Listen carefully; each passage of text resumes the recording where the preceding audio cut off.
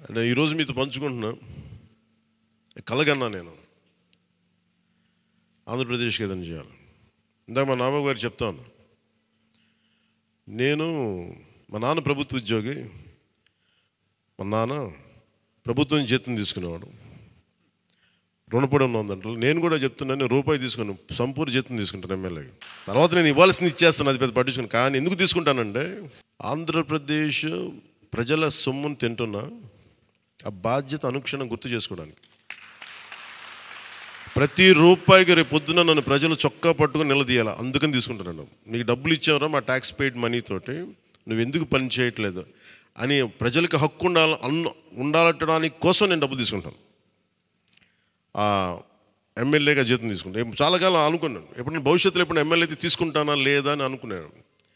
నాకు రూపాయి జీతం తీసుకుంటానని అలా కాకుండా నేను సంపూర్ణ జీతం తీసుకున్నాను. కానీ ఇవ్వడం కూడా దానికి కొన్ని వెయ్యింతలు ఇచ్చేస్తాను బయటికి, అది వేరే విషయం, అది కూడా చెప్తాను.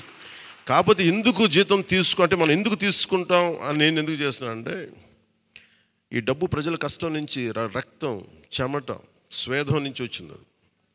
అది ఆ డబ్బు ముట్టుకున్నప్పుడు నాకు బాధ్యత గుర్తు రావాలి. అందుకని నేను అది కూడా నిర్ణయం తీసుకున్నాను. సో మీ అందరికీ కూడా నా ప్రత్యేక ధన్యవాదాలు. మనందరం కూడా జవాబుదారీతనం ప్రభుత్వం ఎలా ఉంటుందో చూపిద్దాం. నిజమైన లా మేకర్, చట్టాలను చేసేవాడు. We are all law makers. చట్టాలను చేసేవాళ్ళం, చట్టాలను పరిరక్షించాల్సిన బాధ్యత ఉన్నవాళ్ళం. How a true law maker would be will show them. బలమైన వ్యవస్థను నడిపే వాళ్ళు ఎలా ఉంటారు. భవిష్యత్తులో పొలిటికల్ లీడర్ అవ్వాలంటే చాలా ఇన్స్పిరేషన్ ఇవ్వాలి. మీ అందరినీ ఆ ఇన్స్పిరేషన్ కోరుకున్నాను, మీరు ప్రతి ఒక్కరి దగ్గర నుంచి. బాలశౌరి గారు వెళ్తారు రేపు పొద్దున పార్లమెంట్కి.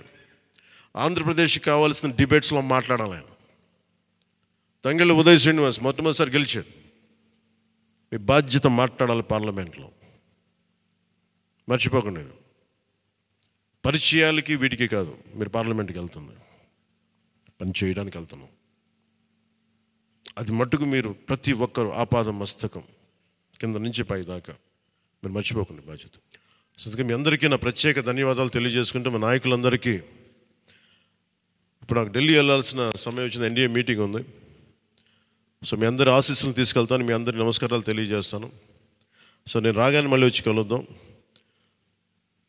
అవినీతి కోటలు బద్దలు కొట్టాం,